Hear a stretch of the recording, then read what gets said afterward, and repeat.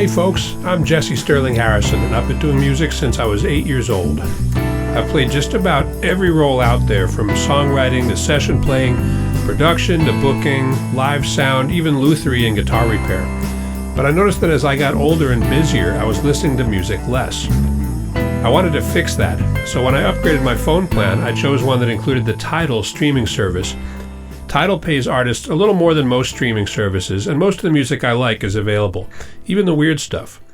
I spend a lot of time listening to this service when I'm working or on the road, so I'm going to be doing this 13-song series to introduce you to artists you might not know at all, or might only know from a couple of hits. And as music fans, we know that often an artist's biggest hit is one of their worst songs. King's X is a band that's been around for about 30 years. They're a cult favorite and a huge influence on a lot of big-name rock and metal acts. I think their performance and songwriting stands up well against anything you'd hear on the radio. Here's my Tidal playlist, 13 songs by King's X. I'm leading off the list with Summerland, off the second King's X album, Gretchen Goes to Nebraska. If I ran the universe, this track would be on heavy rotation on classic rock radio. I think it's that good. In general, I'm a big fan of the first two King's X records. Gretchen has more soul and funk to it, while most of their other material is more straight-up hard rock. Summerland has an amazing vocal, great to sing along to, tremendous guitar work, all-around great piece of writing, and an absolute classic song in my opinion. From the first King's X record, Out of the Silent Planet, is this anthemic power ballad, beautifully sung by Doug Pinnick, with some nice three-part harmony on the choruses, something this band is known for. Tracks like this are what it means to be in a band. Nobody's showboating, they're just in the groove, believing their own songwriting, and I think you will too.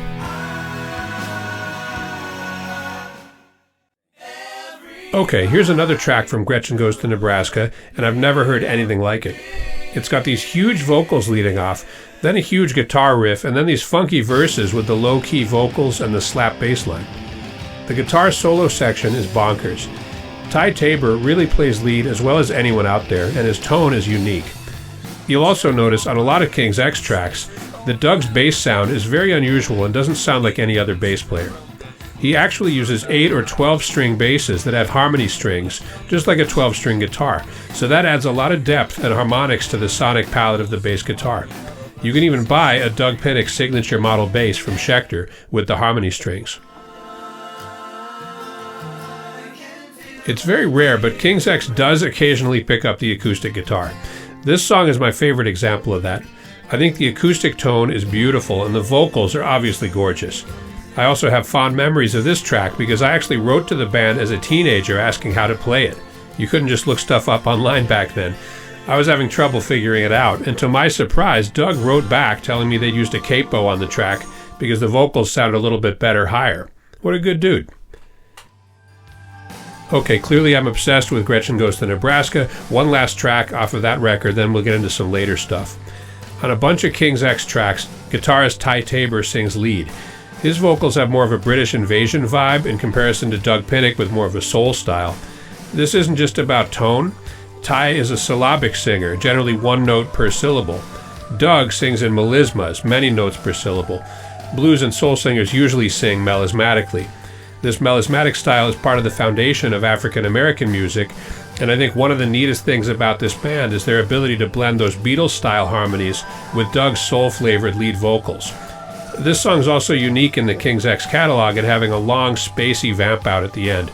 It's like a lullaby, and a great way to end this record.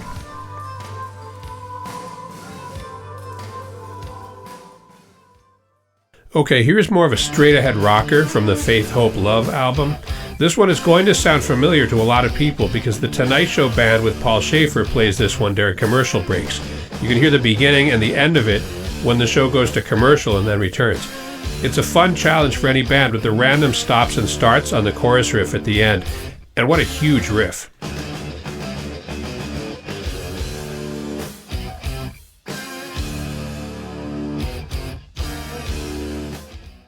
So 2 seconds into hearing this for the first time, I was hooked.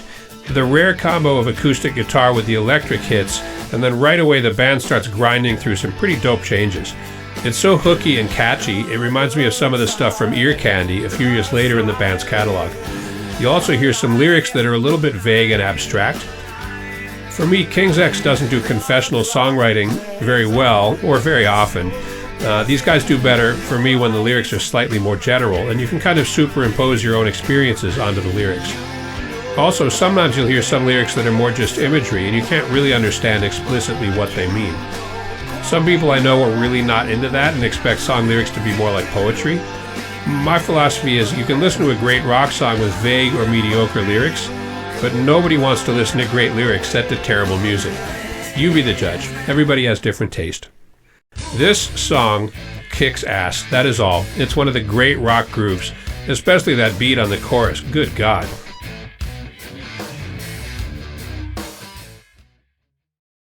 I like the live version better than the studio version because for whatever reason Ty Tabor is just completely let off his leash and shreds on guitar for about 5 minutes, and it's epic. And the way the band holds the groove down while he's doing it, with Jerry Gaskill on drums matching Ty's intensity throughout. Also dig the false end where you can hear the crowd getting confused, like, I thought this song was longer, and then it restarts.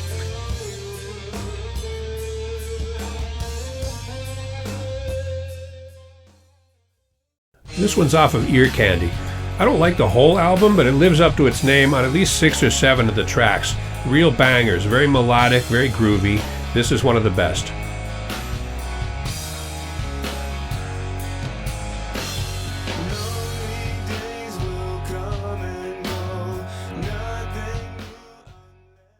And Mississippi Moon is another. There's a folkier, traditional feel to it, like someone could be on a porch playing this on the banjo or something. But of course, King's X rocks it up. Also, in my opinion, one of Ty's best vocals.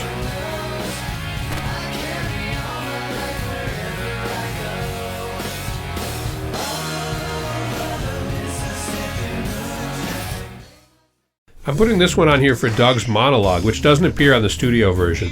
The whole song is almost a little bit trite, but so much of the band's material deals with changing as a person and accepting who you are and who you're becoming. This song is like the capper of that journey, with Doug just reminding you to love yourself and be comfortable in your skin. I think you'll be inspired when you hear it and find it really comforting.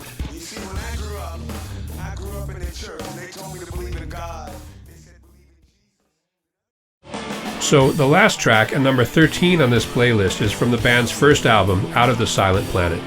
This is an early song by the band, but it's one of their most proggy songs, with the complex riffs, the spacey feel, and the really arcane guitar solo.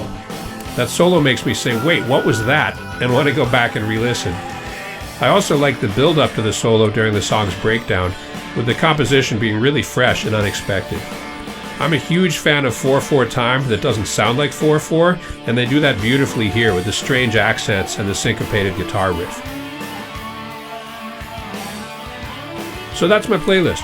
I listened to this artist's entire catalog and curated this playlist just for you. If you have Tidal, you can just click on my playlist and listen to it in full right now, with the link in the description. Or just pick an album and start exploring. Thanks so much for checking this out and learning some new music with me. See you next time on 13 Songs.